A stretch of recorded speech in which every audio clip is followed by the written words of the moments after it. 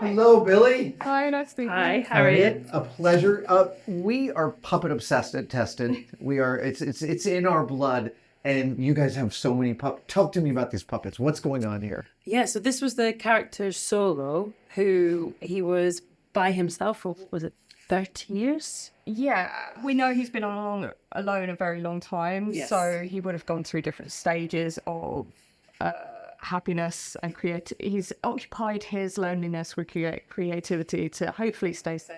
So the puppets are a narrative of his isolation. Yeah. And some of them are friends. And so, so it's a little like the guy from Blade Runner. Yeah. And a Jan bit of Sebastian. Wilson as Yeah. well, like with Tom Hanks in Castaway, Right, like a talismanic object. Yeah. I see something like 15 puppets here. How many did you make overall? We haven't actually counted, but there's lots of different. We started with soft puppets, Yes. and then they got a bit more sophisticated over time. And we imagine he would have gone through different stages of working really quickly on something, or then getting really absorbed in things.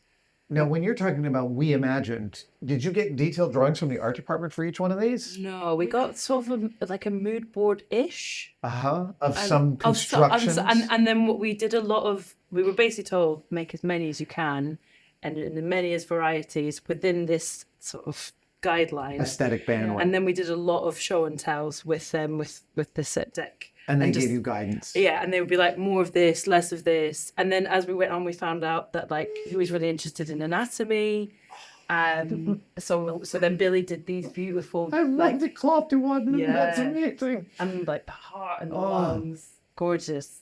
So were you just back here for weeks churning out Yes. puppets? Yeah, but it's the best job ever. No, it literally sounds like the most fun I can possibly imagine. It really was. We really enjoyed it. Yeah. And so you guys are just iterating designs out of your heads. Yes. And as you're getting approvals, you're understanding more and more. So you're kind of on automatic pilot. Yeah, but we also knew that he was because he was in the silo. So it was like, what can he make with what's around him? Of So we were course. doing a lot of tours of the prop studios and being like, can we have Supermarket this? suite. Yes, Yeah. that was like with our baskets. Like, Amazing.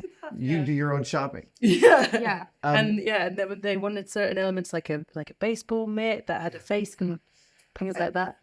And you have made puppets professionally for puppet productions. Yes. So you actually understand what's going on. Yeah, but it was kind of great because most of these are like more like stills of Right. puppets. Yeah, there's nothing more enjoyable to make than a puppet that doesn't quite need to work perfectly all the time. It just has to look like it works. Oh yeah, dreamy. Yeah, that's really freeing. So no mechanical problem solving. Well, there were some moving elements. We did. This was like a jack. Oh my God. That's beautiful. Crazy. And then there's the bird as well over here. She pulled the cord there. So really, really naive. This was a dark period for him, clearly. So you got to sort of think through his whole internal narrative. Yeah, I really enjoyed that Yeah. part of it, is trying to imagine what he was going through, why he was creating these things. Right. So like these. Yeah, these guys are amazing. These brushes. Harriet had the idea of him exploring different emotions because he's got no other human beings to play his own feelings off of. Yeah. So these are the 6 basic human emotions. Oh, so am I guessing that you're also tapping into your own emotionality at the workbench? Yeah, what thinking would I- about creativity on your own right. I felt like I was going back in time to when you had time to actually Play. create for fun, Right. before you had to pay bills and everything. and it was just really joyful being able to just explore and play with a carte blanche on where you can go. Well, and in essence, I guess art department giving you that amount of freedom is literally solving the aesthetic problem by allowing you to play. Yeah. So these are 6 emotion. Oh my God, this is so beautiful. These And it was kind of also, at one point I started looking at like diagrams that he might find in a book but wouldn't be explained to him. And then so having like his fingers be more like nerves and like that sort of vibe of stuff. like he's misinterpreting things, not quite fully understanding. Exactly, because he probably would get things so wrong. Yeah. When you're faced with lots of anatomy books and science, but then also philosophy books and things, because you would have spent a lot of time reading all the books in the legacy room. Yeah. Because he got obsessed with myths and legends, which is also what we did. Sort of, there was like an Icarus person. Oh yeah, it's around here. This. I'm too short. I think the inspiration for this may have come from a play Yeah. with puppets, but we were just thinking like he quickly put this together, thinking, oh, how amazing would it be to be able to fly? Yeah. And then not knowing what feathers would be and like making a wing. And everything here, I'm so blown away by the scope, the depth of this is really thrilling. Yeah. So yeah, it was nice to get absorbed into a character, not just like I've done a few jobs where you had to be an artist and make their work. Right. So you have to kind of think, what are they going through? So it's kind of like performing but making at the same time. Which is Yeah. Yeah, you're nice. telling the story by externalizing it through your hands. Yeah. That's beautiful. No, it's been a joy. Yeah, it's been really good. How many weeks did you get to do this incredible project? This really sounds like the most fun I can imagine, honestly. I think initially we were given 3, and then I think it rolled into 5. And there were 3 of us. Being pulled off and onto our Oh, fair. things Yeah, and- yeah. Yeah. Oh my God, he is so lovely. Too bad about that sun. In both senses. Yeah. I'm so happy on your behalf that you got to like do this for 5 weeks. Yeah, it was a Really, treat. absolutely freeing and Yeah. enjoyable. It's something that'll stick with me for a while. It's really nice. Amazing. Yeah, so he had another obsession, the horses. And I see lots of horses. yes, and then this is like... What? You actually made it work. I think this was Billy and Matt who you guys I did this kind one. of like mocked it up and then Mackie made it work that out. But this again was using like the laser cutter for bits, and then we could make a similar scale one. So they made this. The idea is that it looks like it can be controlled like this. It really does look It's like more it. of like a Mark 1. A really beautiful Mark one. But also they might do a little bit of that with a kind of thing. We just wanted this to look like it could be functional when he's finished. It doesn't look like there's any less effort put into making it look functional. Yeah. This looks like a very involved build, and it's I might have so got a little pretty. bit carried away. You But might he have. would have, so it made sense. Yeah. What's lovely too is that there feels like a consistency between this and that, but it's also clearly like different eras of consciousness. I think that's part of the joy of like, so it was myself, Harriet, Anna, Emma jumped in as well, and Jerry. So there's a lot of different people being the same person, essentially. Right. Trying to think through. Yeah.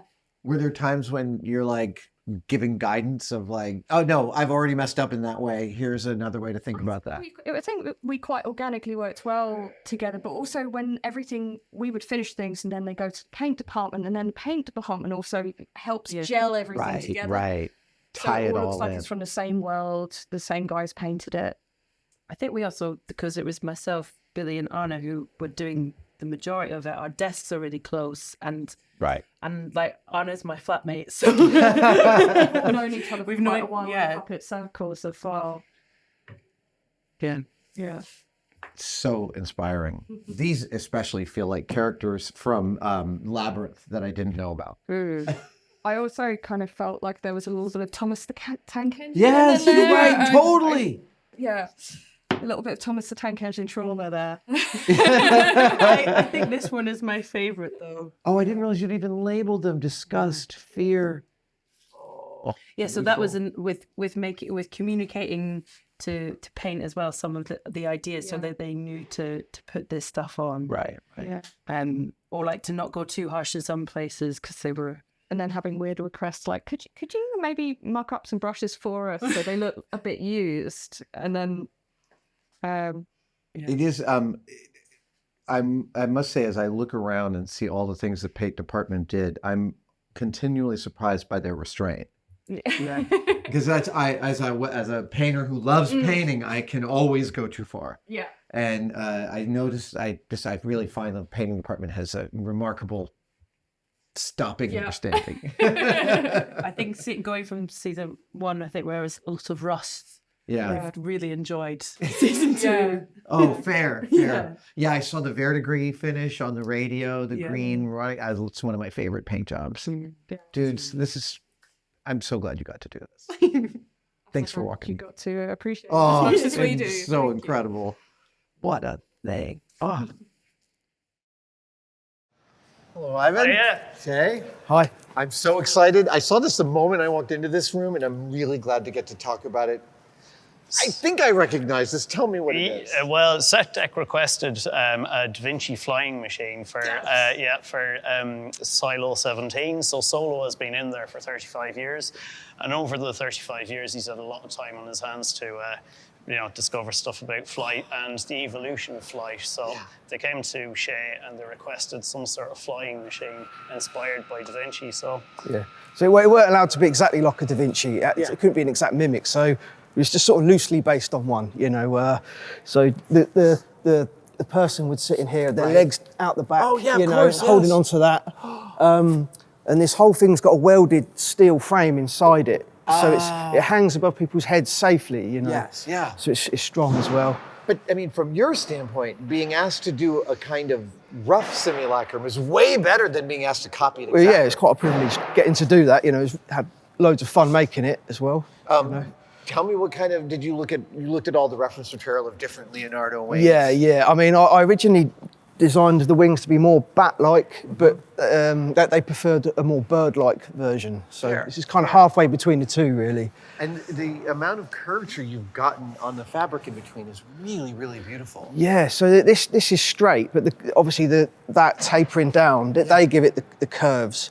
The fabric was quite saggy originally when it was dry, so I put PVA glue on it, and overnight it sort of shrunk and tightened back. See, I was wondering how you tight got now. that. Yeah, because it feels perfect. Yeah. And then you did all the patching as well. Yeah, to make it look like a scavenged bit of fabric. Yeah. That's about the limit of my sewing abilities anyway. Dude, it is. I mean, I just look at this and I think this must have been a really fun couple of days. Yeah, a couple of days. Well, about a month. A really fun period. Yeah. And it looks like this is, when I was working, every now and then I would be saying to someone like, tomorrow I get to blankety blank, right? Not I have to, I get to. Yeah. This is an I get to. Yeah, I got to do that, yeah. There was a lot of make envy that week, wasn't there? Oh man, I'm so drawn to the Leonardo constructions, and every time his drawings get physicalized, it's such a thrill. Special, isn't it? Yeah, it really is. So with this, they wanted it to look like it was cobbled together out of loads of different bits of wood. So we actually have used different bits of wood in there. We've tulip and oak. Yeah, I noticed, and there's some inconsistency between how it's laid out on both sides. Yeah. But I evened it out on both sides because I was worried about the balance of it as well. Oh, I didn't want heavier wood to be on one side and lighter wood on the other, otherwise it wouldn't hang properly. Oh, right. So you did some weight adjustments. Yeah. Oh, neat. And am I right that each of these curved pieces is a slightly different curve than its neighbor? That's right. Yeah. Oh, man, nothing's easy. Was there trial and error in getting that balance right? Did you have to cut a few of these out to kind of figure out how they splayed out? Yes, I did. Yeah. I plotted it out, drew it out on the floor to begin with, so I kind of knew how it'd look like from above. In full scale. Yeah. Yeah, I can totally imagine there's maker envy on this. Yeah, there was. Yeah. It's beautiful. It's just beautiful. Thanks to Apple TV Plus for having us on set. Silo Season 2 finale streams January 17th on Apple TV Plus.